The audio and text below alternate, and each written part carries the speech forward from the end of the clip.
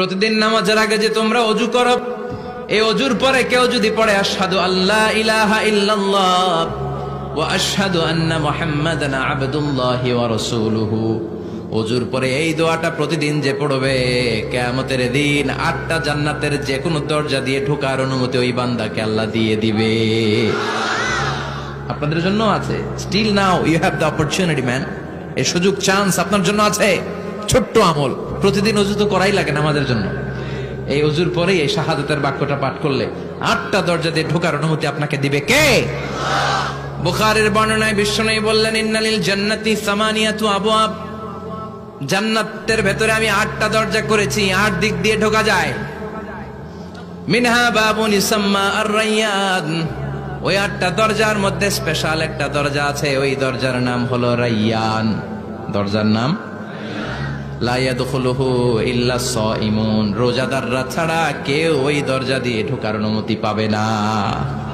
আবার বিশ্বনবী বললেন, মান দাখালাহা লাম ইয়াযমা আবাদা, একবার রায়্যান দরজা দিয়ে ঢোকার অনুমতি যে পাবে, চিরকালের জন্য তার গলার তৃষ্ণা মিটে যাবে।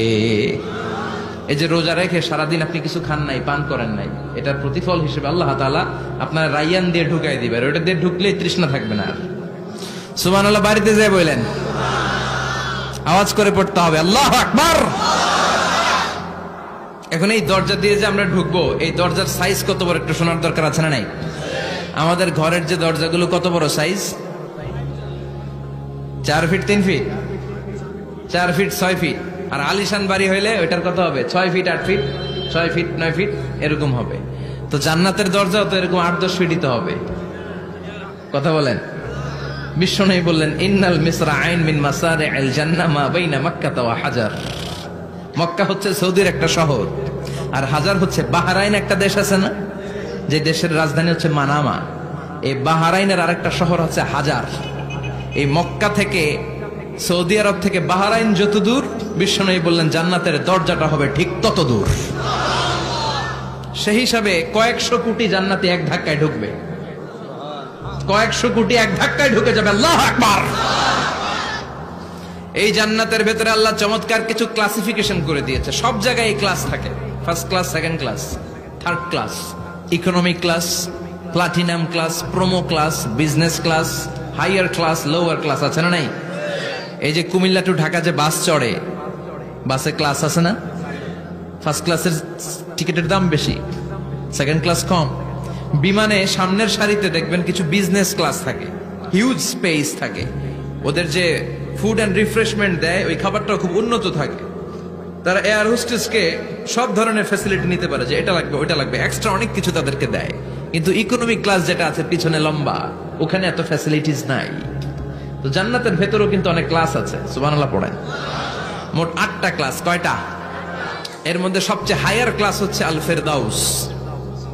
ওইটার নাম কি? জান্নাতুল ফেরদাউস। বিশ্বনবী কিন্তু ওইটার মধ্যে থাকবে। সুবহানাল্লাহ পড়েন। ওইটার ভেতরে থাকবে। তো আমরা থাকবো কোনটায়?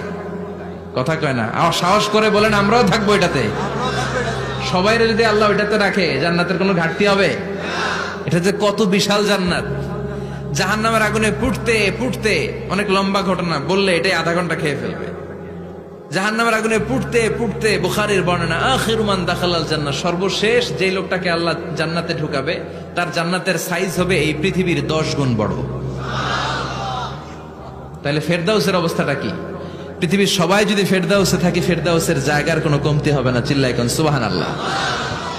এজন্য বিশ্বনবী বলেন, ইযা সাআলতুমুল্লাহাল জান্নাহ, আল্লাহর কাছে যখন তোমরা হাত তুলে চোখের পানি ছেড়ে জান্নাত চাইবা, আল্লাহর কাছে ছোটটা চেও না, চাইবা যখন বড়টাই চাও, জান্নাতুল ফেরদাউস চাও।